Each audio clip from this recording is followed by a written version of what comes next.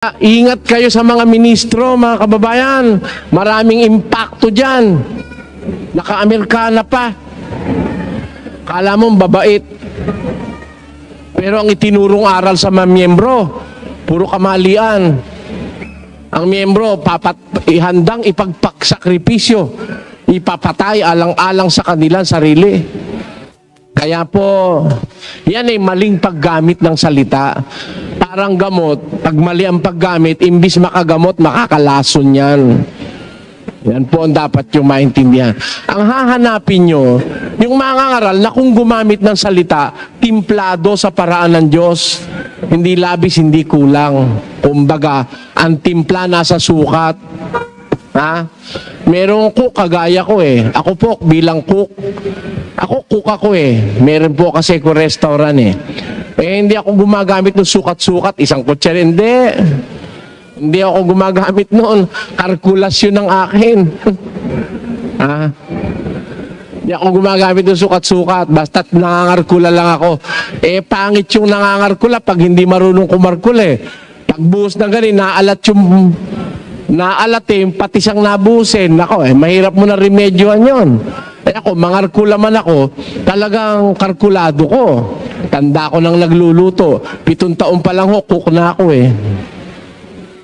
Kaya ako'y 43 anyos ng cook ngayon eh. Yung iba kalkulasyon, mali eh. Ano pa ibig ko sabihin? Para tama, parang Jollibee. Kakain na kayo sa Jollibee? Kumain kayo sa Jollibee sa Hong Kong. Kumain kayo sa Jollibee dito sa Santa Rosa, pareho lasa. Bakit? May sukat yun. May sukat yun. Ang timpla nila may sukat. Lahat ng puntahan mong tindahan ng Jollibee, iisa ang lasa ng kanilang produkto.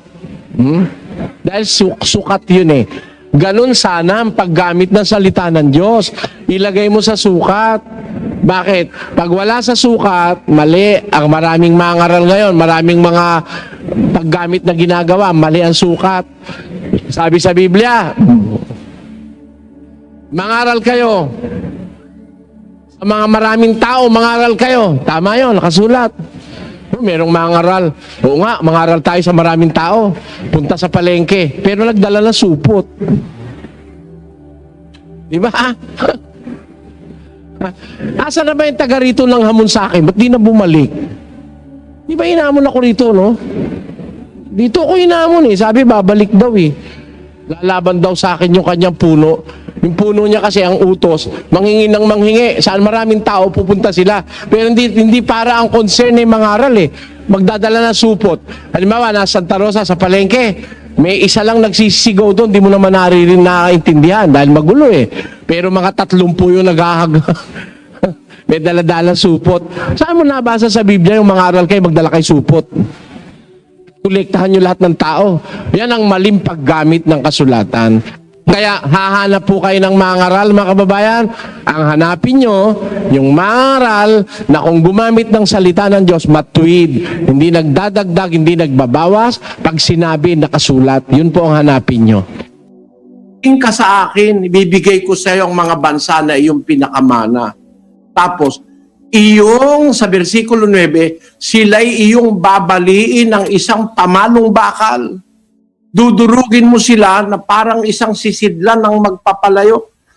Ang talaga palang nakatakdang maghari sa mga bansa na dito sa lupa, ang Panginoon Kristo. Pero meron pang maghaharing kasama niya. Sino yon? Yung ipinanganak ng babae. No? Yung ipinanganak ng babae. Yung iglesia. Ipanganganak ng babae, yung iglesia.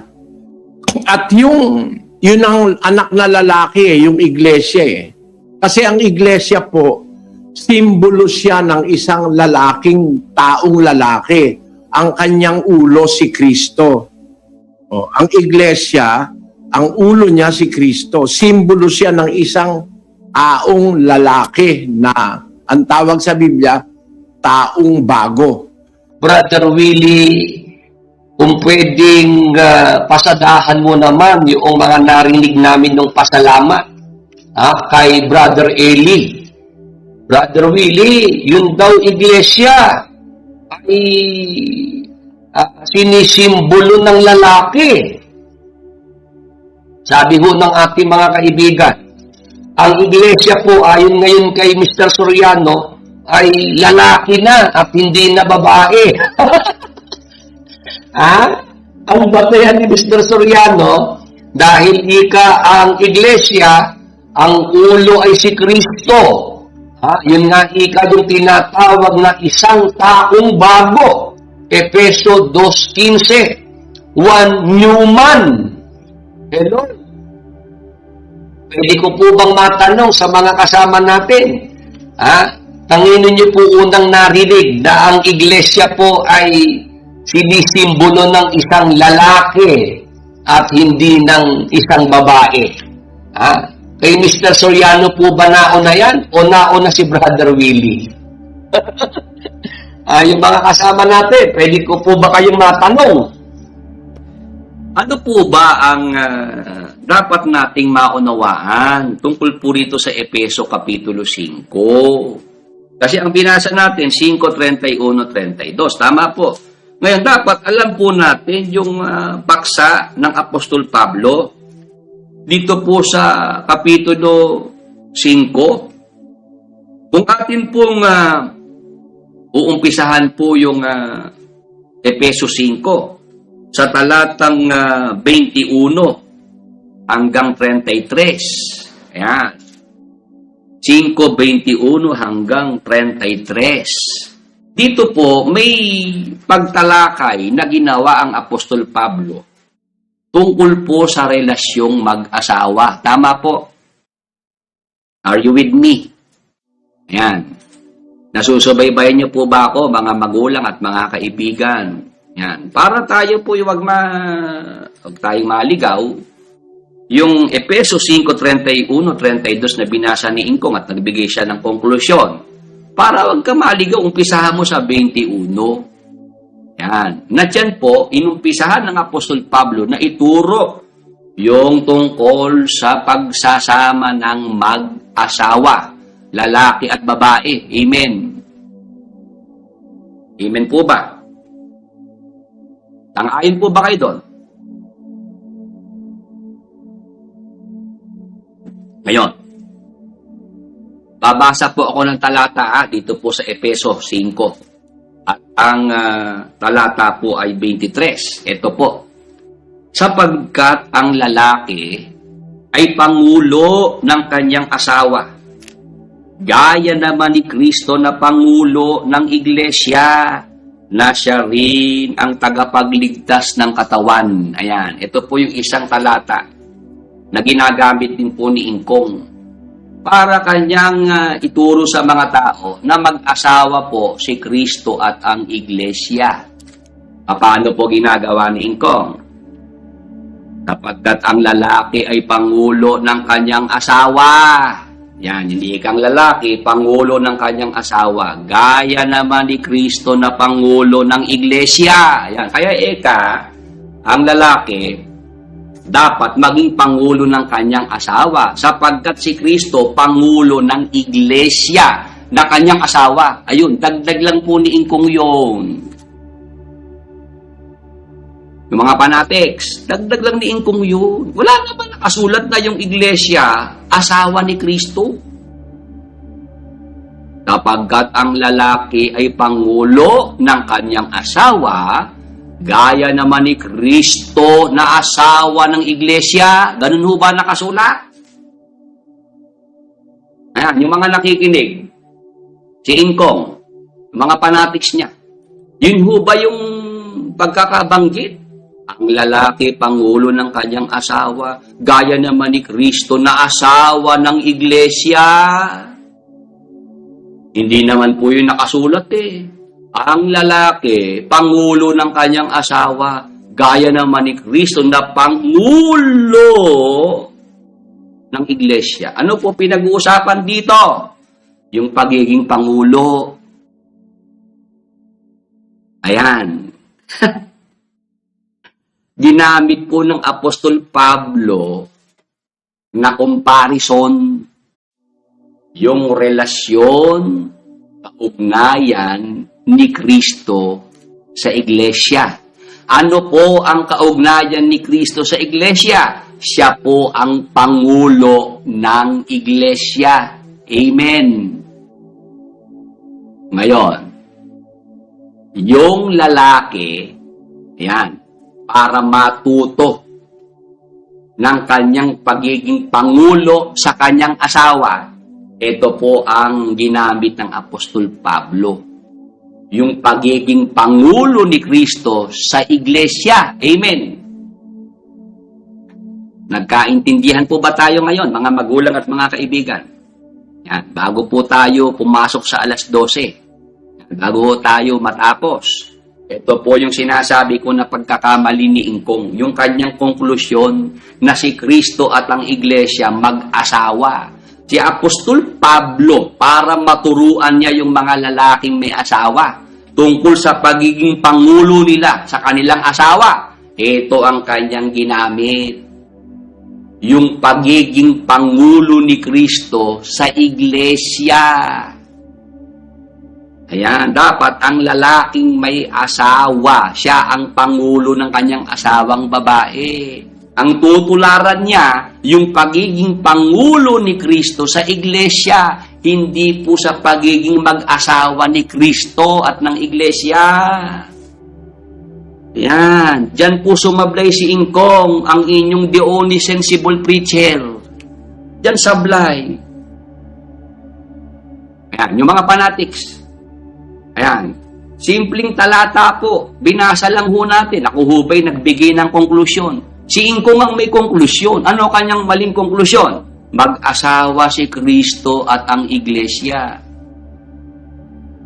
Ayan, yun ang maling konklusyon. Dito po sa ating binasa, ang lalaki, pangulo ng kanyang asawa, gaya naman ni Kristo na pangulo ng iglesia. Ano ba pinag-uusapan dito? Yung relasyong mag-asawa, si Kristo at ang iglesia? Wala naman hong ganun eh. Hindi naman ho mababasa sa Biblia na si Kristo at ang iglesia ay mag-asawa. Si Kristo yung lalaki at yung iglesia ay babae. Ayan, bakit ho tayo tutol? Diyan sa maling turo ni Ingkong na mag-asawa si Kristo at ang iglesia. Na si Kristo yung lalaki at yung iglesia ang babae. O bakit? Ano po ba ang iglesia, mga magulang at mga kaibigan? O babasahin ko po para magkaintindihan tayo ha, si Ingkong. O babasahin ko po ang talata. Dito po sa Efeso, sa 2 at ang talata po ay 15. Ito po ang ating mababasa. Na inalis ang pagkakaalit sa pamamagitan ng kanyang laman, kahit kautusan, na may mga batas at ang palatuntunan, upang sa dalawa ay lalangin sa kanyang sarili ang isang taong bago. Sa ganito'y ginagawa ang kapayapaan. Ngayon, dito po sa ating binasang talata, mga magulang at mga kaibigan, sa Tagalog, may binabanggit po rito na isang taong bago. Yan pong isang taong bago na yan, mga magulang at mga kaibigan, yan po ang iglesia. Tama po ba? Agree po ba kayo? Ang tinutukoy po dyan na isang taong bago, yan po yung iglesia. Sabi po rito ng Apostol Pablo na isang lahing Hudyo. Ang kanyang kausap, yung mga lahing hentil na mga sumampalataya sa Efeso. Ang sabi niya, inalis ang pagkakaalit sa pamamagitan ng kanyang laman, kahit kautusan na may mga batas at ang palatuntunan. Yun pong dalawang lahi na magkaaway, magkalaban. Yun pong lahing Hudyo at lahing Hentil. Ngayon, nang sila po ay kapwa sumampalataya na sa Panginoong Hesukristo, lahing Hudyo, lahing Hentil, ano po nangyari? Upang sa dalawa, lalangin sa kanyang sarili ang isang taong bago. Sa ganito'y ginagawa ang kapayapaan. Yung iglesia po, mga magulang at mga kaibigan, Binubuo po ng mga sumasampalatayang lahing Hudyo at lahing Hentil. Ang tawag po ng Apostol Pablo, isang taong bago. Tama po. Ngayon, sa English, puntahan natin sa King James Version, yung Ephesians 2:15. Yung isang taong bago po rito sa Tagalog.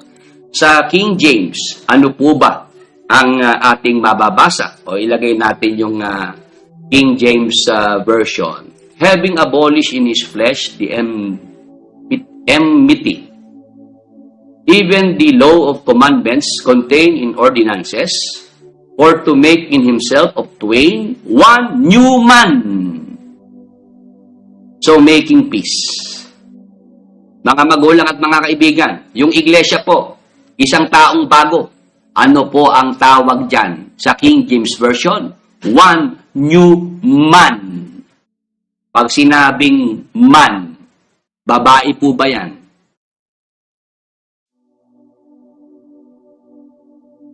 Mga magulang at mga kaibigan, ayan, yung mga fanatics ni Ingkong, kahit si Ingkong mismo, o paano niya tututulan yan? Yung iglesia, tinatawag po na isang taong bago, one new man. Di lalaki pala ang iglesia. Ha? Paano naging asawang babae? Ingkong, sabi ko sa iyo magbasa ka uli ng Biblia. Hindi ka na kasi nagbabasa ng Bible Inaasahan mo na lang yung mga nasa computer. Pagka ikaw nag-Bible Expo, hinihintay mo na lang kung ano ipipid ng mga nasa computer. Kaya, ayun ang nangyayari. Nagkakandaligaw-ligaw na ang inyong mga katuruan dyan. Yan. Ang iglesia po sa Biblia, hindi babae yan. Yan po ay lalaki. Bakit? Basa, Colosas 1:18. Siya ang ulo ng katawan sa makatwid bagay ng iglesia. 1:18 po ng Colosas. Sino po ang ulo? Si Jesus Christ. Lalaki. Tama po. Tapos, yung kanyang katawan, natural, yung ulo, ang lalaki na si Kristo. Yung kanyang katawan, it follows. Lalaki din yun. Tama po. Pwede ba namang ang ulo si Kristo, lalaki, tapos yung katawan, babae? Ano labas nun? Ayan, kaya yung mga fanatics, ayan, sana matuto pa kayo ng katwiran nung tamang aral sa Biblia. Huwag kayong magpapaniwala dyan sa mga pahanganong mag-angke, bulong, ayan, bulong ni Ingkong, bulong ni Kuya. Ayan. Dito pa lang po, napaka-simple lang naman po yung ating binasang talata at hindi naman po tayo nagpaliwanag dito at nagbigay ng konklusyon. Ayan. Si Kristo po ang ulo. Ano ba si Kristo? Lalaki, tama po. Ngayon, ano yung kanyang katawan na pinangunguluhan? Hindi babae yun. Lalaki din yung katawan. Ayun ang dapat nating maintindihan. Ayan. Kaya marami pong iglesia. Ako po si Ernie Paduan po. Local po Angeles City, Pampanga po. Nabautis po ako September 5, 2014. Ito po yung aking katanungan, kapatid Nelly. Salamat po sa Diyos sa pagkakataon na makapagtanong po sa inyo. About po sa 1,000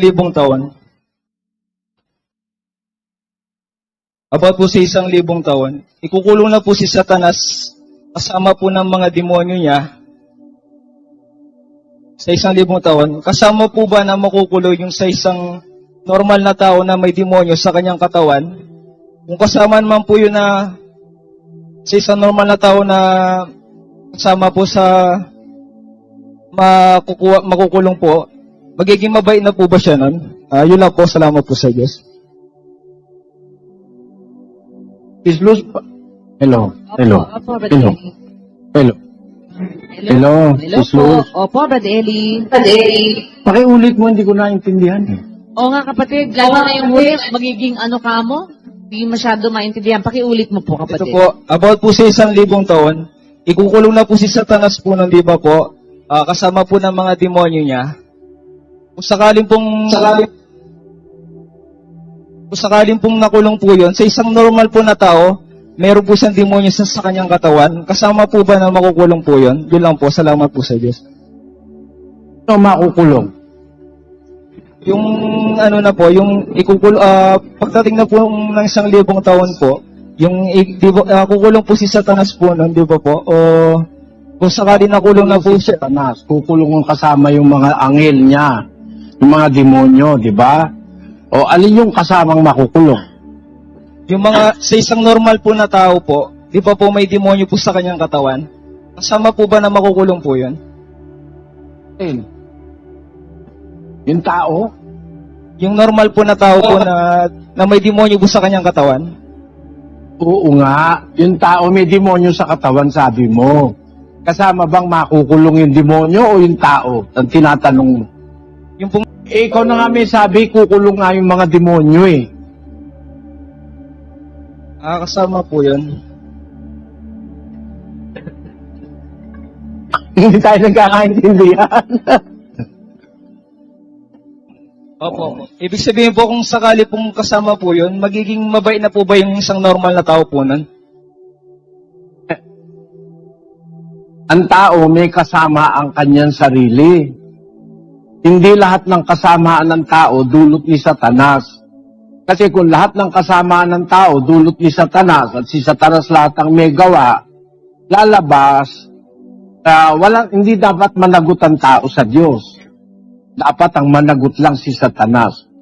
Ang bawat isang nananagot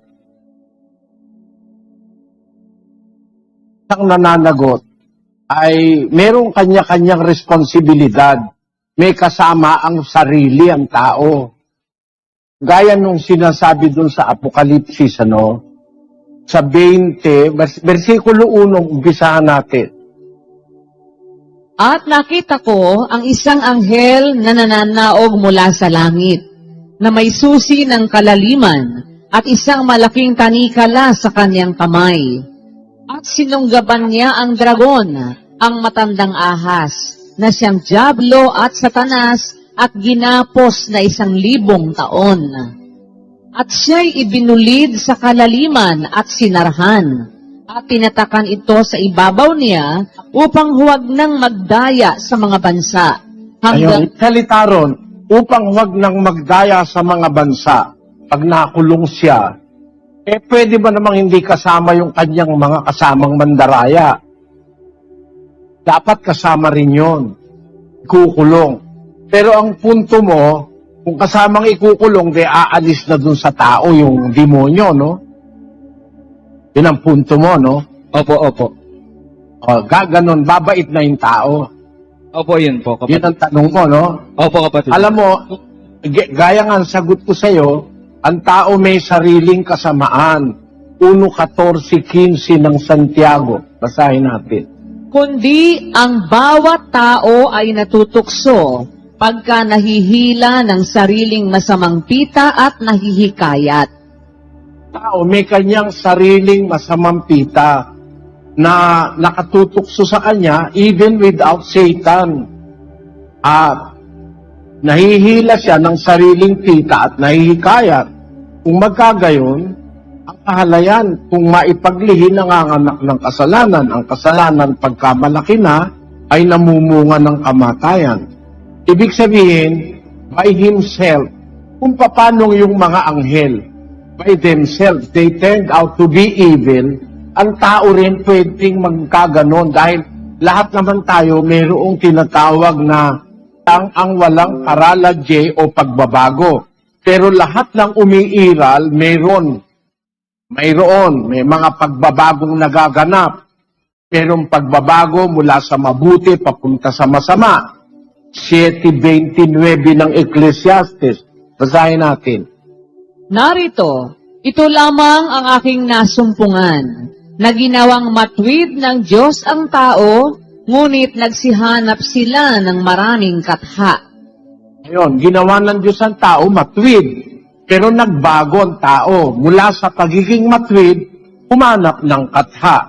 Meron naman pagbabago, mula sa pagiging masama, nagiging mabuti. Kaya, ang bawat bagay na may buhay, bukod sa Ama, sabi sa Biblia, siya, ang Ama, sa Kanya walang pagbabago. Kahit ano mangyari, kahit kailan, kahit anong panahon, He will always be the same. From everlasting to everlasting, Thou art God. Sabi ni Moises sa 92 ng awit. Tapos, sa Kanya, walang anino ng pag-iiba.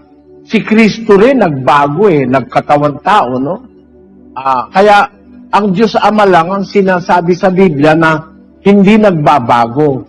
Walang anino ng pag-iiba't iba. Ngayon, ang tao may possibility magbago mula sa pagiging mabuti, ang anghel ganun din.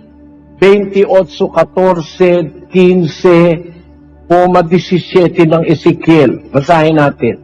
Ikaw ang pinahirang kirubin na tumatakip at itinatag kita na anupat ikaw ay nasa ibabaw ng banal na bundok ng Diyos. Ikaw ay nagpanhikmanaog sa gitna ng mga batong mahalaga.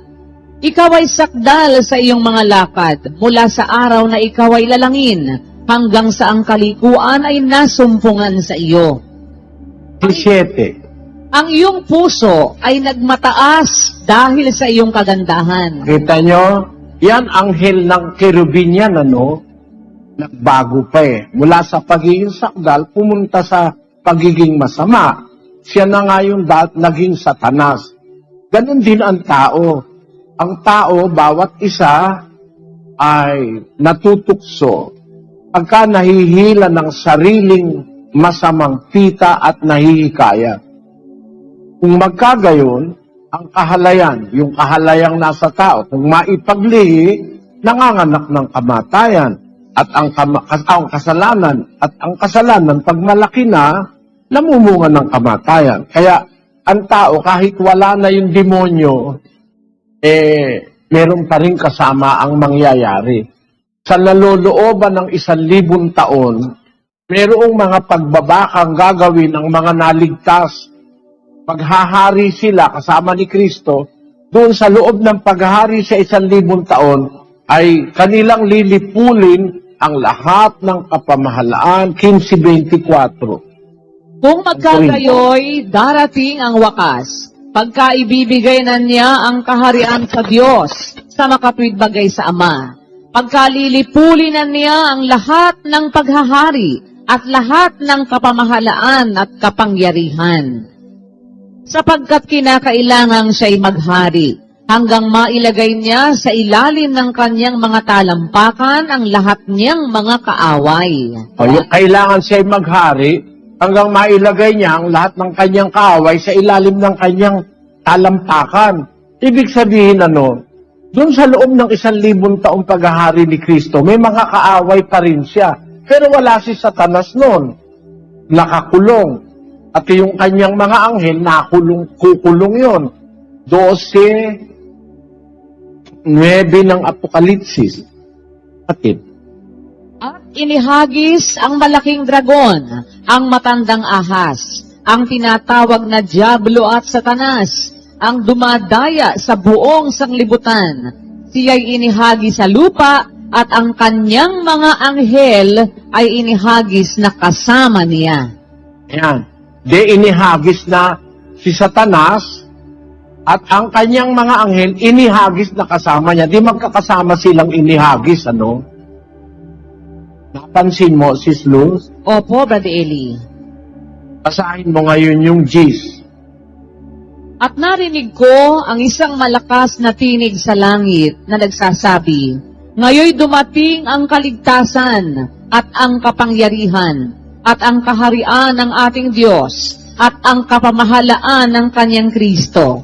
Sapagkat Kung mag-iisip ka, ngayoy dumating, nung maihagis na si Satanas at saka yung kanyang mga anghel, ngayoy dumating ang kaligtasan, ang kapangyarihan, ang kaharian ng ating Diyos, at ang kapamahalaan ng kanyang Kristo. Kailan niya ngayon? noon po na naihagis na doon po sa magwa 1,000 years, Brad Eli. Ha?